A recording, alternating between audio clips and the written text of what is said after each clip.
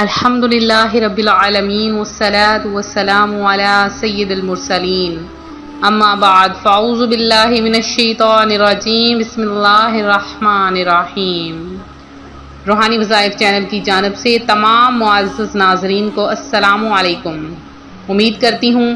آپ سب خیر و عافیت سے ہوں گے اور ہنسی خوشی زندگی گزار رہے ہوں گے۔ آپ نے سورہ کہف جو کہ قرآن پاک کی ایک سورت ہے اور لفظ کہف کے بارے میں بہت کچھ سنا ہوگا۔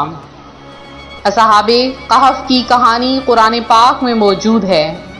جیسا کہ جنہوں نے 300 سال تک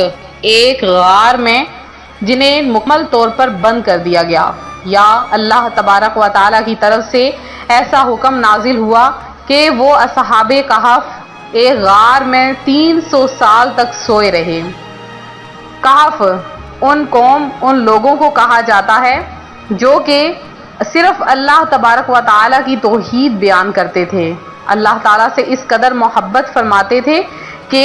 انہیں اللہ کے سوا کسی چیز کی کوئی فکر نہ ہوتی۔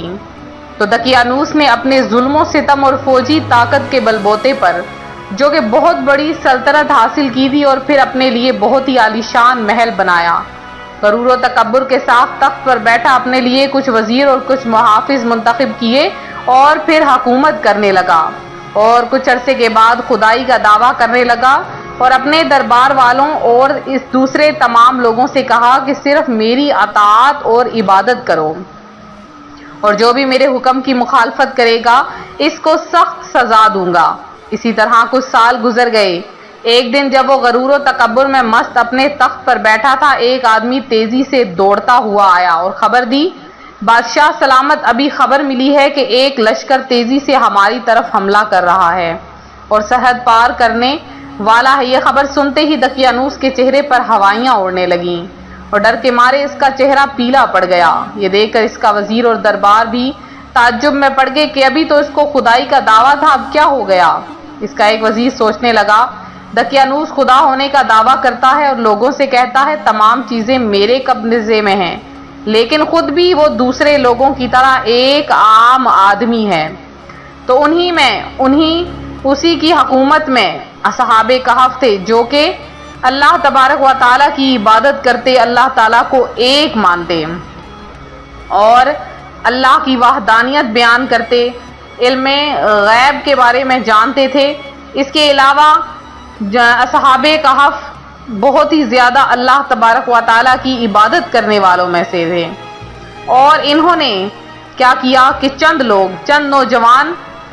جنہوں نے اللہ کی رحمت پر بھروسہ کیا اور ایک پہاڑ کی غار میں چھپے، کئی برسوں تک یہ اس میں پوشیدہ رہے، آبادی سے ان کا کوئی تعلق نہ رہا، زندگی کی کوئی صدا ان کے کانوں تک نہیں پہنچی۔ پھر وہ اٹھائے گئے یعنی ظاہر ہوئے، اور یہ سارا معاملہ اس لیے ہوا کہ واضح ہو جائے دونوں جماعتوں میں سے کون سی جماعت ایسی ہے جو وقت کے واقعات اور ان کے نتائج کا بہتر اندازہ کر سکتی ہے۔ اور اس طرح سے اللہ تبارک و تعالیٰ نے اپنی وحدانیت بیان کر دی، اور اللہ تبارک و تعالیٰ نے لوگوں کو یہ بتا دیا کہ وہ جب چاہے کچھ بھی کر سکتا ہے۔ تو ایک بہن اس طرح سے واقعہ بیان کرتی ہیں کہ میں نے اصحاب کہف کا واقعہ سن رکھا تھا، لہٰذا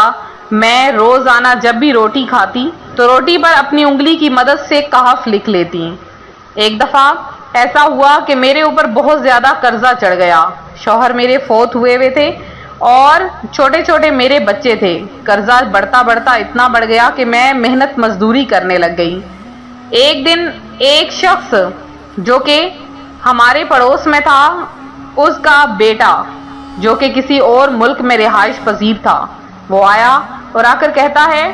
کہ بیرون ملک میں جہاں پر میں ہوں وہاں پر ایک بوڑھی عورت فوت ہو گئی اور اپنا سارا مال مجھے دے گئی، اور کہنے لگی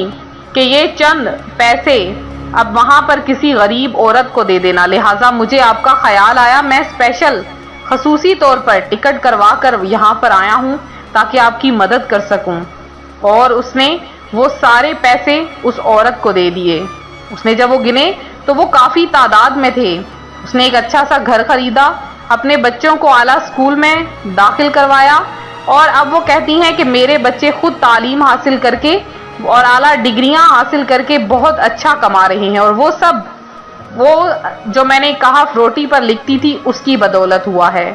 تو آپ کے لیے بھی ویسا ہی عمل جو کہ اس خاتون کا بتایا ہوا ہے، جو کہ اس خاتون نے ہمارے ساتھ شیئر کیا ہے روحانی وظائف چینل کے ساتھ، تو آج وہ وظیفہ وہ عمل میں آپ کے سامنے بھی شیئر کروں گی تاکہ آپ بھی اس عمل سے فائدہ حاصل کر سکیں۔ اگر آپ اس عمل کو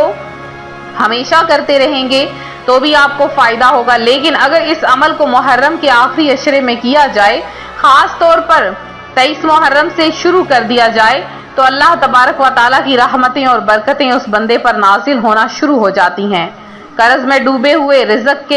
کی تنگی کا شکار لوگ جلدی سے یہ عمل کریں۔ آپ نے کرنا کیا ہے کہ جب آپ ناشتہ کرنے لگیں، بیٹھیں، روٹی آپ کے سامنے ہو، دوپہر کا کھانا، رات کا کھانا کھانے لگیں، اپنی شہادت کی انگلی سے آپ نے سب سے پہلے تو 3 بار درود پاک پڑھ کے لفظ کہف آپ نے اس روٹی کے اوپر لکھ لینا ہے، کیونکہ وہ روٹی رزق ہے، اس لیے آپ کا رزق وہیں سے بڑھنا شروع ہو جائے گا۔ سب سے پہلے دن جو آپ نے جس روٹی پر کہف لکھنا ہے، وہ روٹی آپ کوشش کریں پرندوں کو کھلا دیں یا کسی غریب کو دے دیں،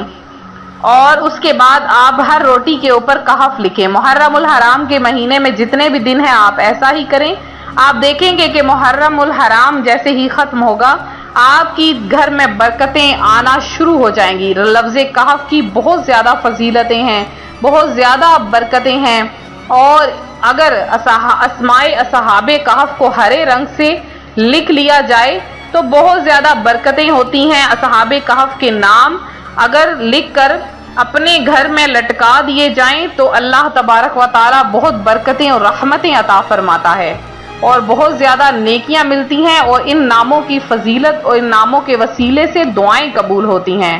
آپ بھی یہ عمل کریں اور اس عمل